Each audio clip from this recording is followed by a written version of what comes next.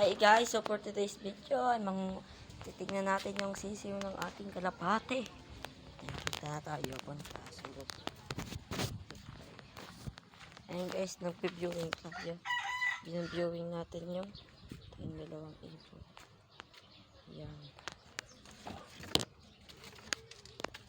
At ang laki naman ng parang kinakay. So beautiful. Wow.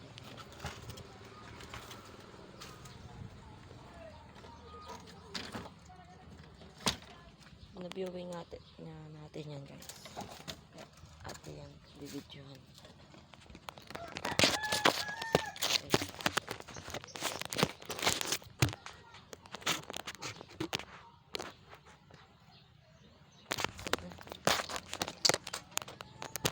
Baka mawala ang ating cellphone.